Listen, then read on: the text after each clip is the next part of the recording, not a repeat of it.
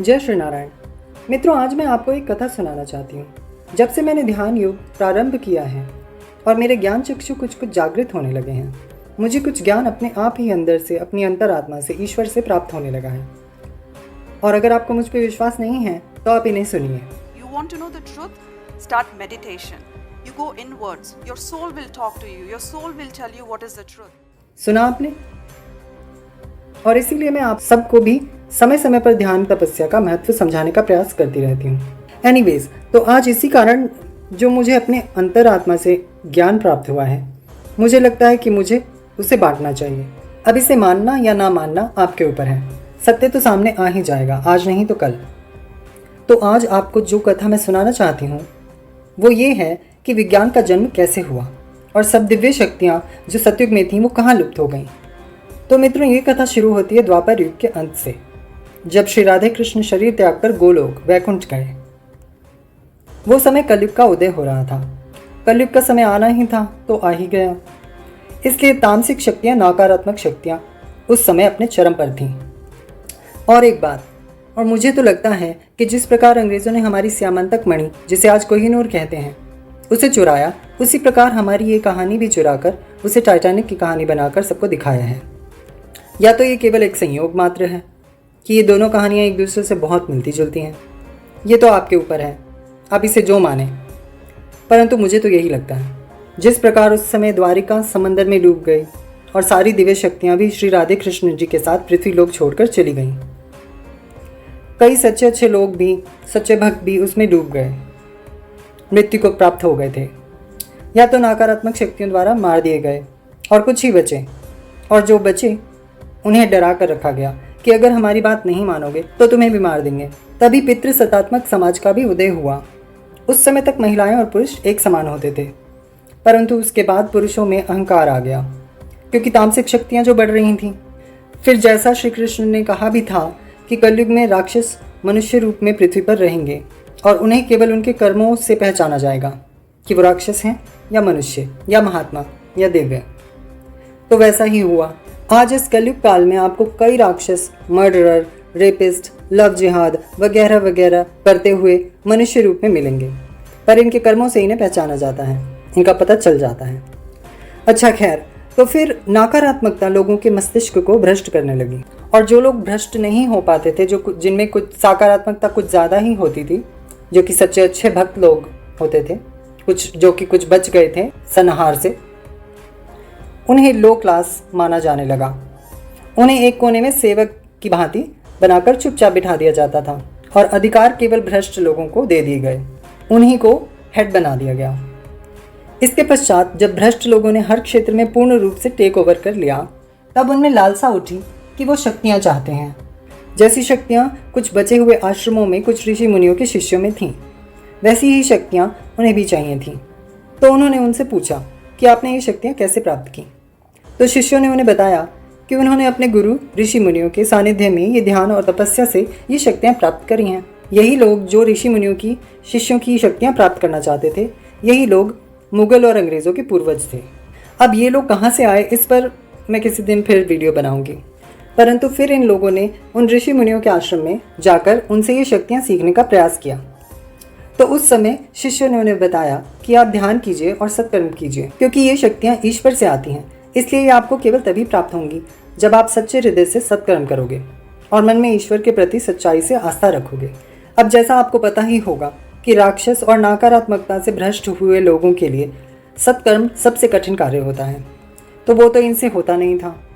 और इन लोगों ने आश्रम में रहते रहते ये भी जाना कि हमारे ऋषि मुनि के शिष्यों को बहुत सारा ज्ञान है जो कि उन्हें नहीं दिखता।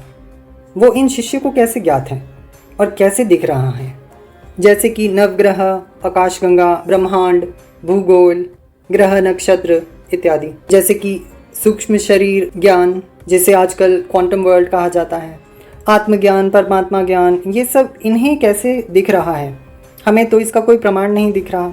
तो शिष्यों ने फिर से बताया कि आप ध्यान करते रहिए, आपको भी ये सब प्रमाण दिखने लगेंगे। तो उन्होंने ध्यान करना प्रारंभ किया। तब भी कई वर्षों के पश्चात भी उन्हें कुछ नहीं दिखा। तब वो शिष्यों के पास पुनः गए और क्रोध में बोले कि हमें तो अभी तक ना कोई प्रमाण दिखा और ना कोई ब्रह्मांड ज्ञान दिखा, जैसे क्वांटम वर्ड, नवग्रह, तारे, नक्षत्र इत्यादि। तो शिष्यों ने उन्हें कहा कि आप सत्कर्म नहीं कर रहे, इसलिए जैसे आपको ध्यान से कुछ शक्तियाँ जागृत होने ही लगती हैं, वैसे ही आप दुष्कर्म से उन्हें फिर खो देते हैं। ठीक जिस प्रकार परीक्षा में आप एक उत्तर सही देंगे तो 1 अंक बढ़ेगा, परंतु फिर 1 अंक दुष्कर्म से घट जाएगा, तो 1 जमा और 1 घटा 0 ही रहेगा।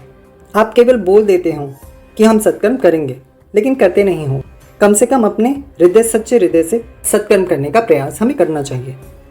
तो इन भ्रष्ट मुगल और अंग्रेज आक्रांताओं के पूर्वजों को जैसे ही ये ज्ञात हो गया कि ये उनके वश की बात नहीं है, क्योंकि उनके भ्रष्ट मस्तिष्क में उन्हें सत्कर्म करने की आज्ञा नहीं मिल रही थी, उनकी इच्छा ही नहीं हो रही थी, इसलिए उन्हें कोई ऐसा मार्ग चाहिए था कि सत्कर्म भी ना करना पड़े और उन्हें शक्तियाँ भी मिल जाएं, सारा ज्ञान भी मिल जाए। उस समय तक हर जगह कर्म प्रधान सिस्टम था, अर्थात अगर आप कर्म सही करते थे तो आपको ज्ञान, शक्तियाँ और सारे सुख सुविधाएं सब मिलेंगे। परंतु अंग्रेज और मुगल आक्रांताओं के पूर्वजों को ऐसा सिस्टम चाहिए था कि वो जितने दुष्कर्म भी करें पर उन्हें सारी सुख सुविधाएं मिलती रहें।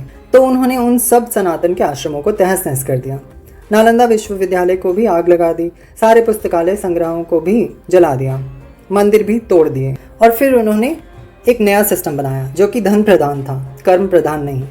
यानी आप जो मर्जी करो, परंतु आपके पास अगर धन है तो आपको सब सुख सुविधाएं मिलेंगी, और वही सिस्टम आज आप देख रहे हैं। परंतु अभी भी कुछ कमी थी, वो शक्तियाँ उनके पास अभी भी नहीं थीं जो उन्होंने ऋषि मुनि के शिष्यों के पास देखी थी। तब जन्म हुआ विज्ञान का। अब विज्ञान में कोई भी आविष्कार हो तो इन भ्रष्ट मनुष्यों को कोई ध्यान, तपस्या या सत्कर्म करने की आवश्यकता नहीं थी। अब केवल कुछ पैसे देकर कोई भी आविष्कार खरीदा जा सकता था, चाहे कोई कितना भी दुष्कर्म करे। और विज्ञान से इन्हें एक और लाभ भी हुआ कि प्रमाण भी इन्हें केवल कुछ पैसे देकर ही मिलने लगे।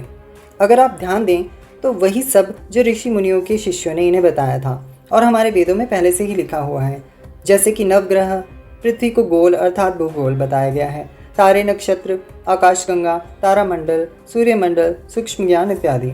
वही सबके प्रमाण जो इनकी भ्रष्ट आंखों से इन्हें दिखाई नहीं देते थे, वही नकारात्मक शक्तियों ने इन्हें नए सिस्टम के द्वारा पैसे देकर दिखा दिए। जैसे गैलीलियो ने टेलीस्कोप से इन्हें दिखाया कि नवग्रह वास्तव में हैं, आकाशगंगा, तारामंडल वो सब वास्तव में हैं। फिर माइक्रोस्कोप के आविष्कार से इन्हें अणु यानी एटम का ज्ञान और सूक्ष्म जीवों के ज्ञान का भी प्रमाण दिखने लगा, जो ऋषि मुनि अपने सत्कर्मों से प्राप्त करते थे।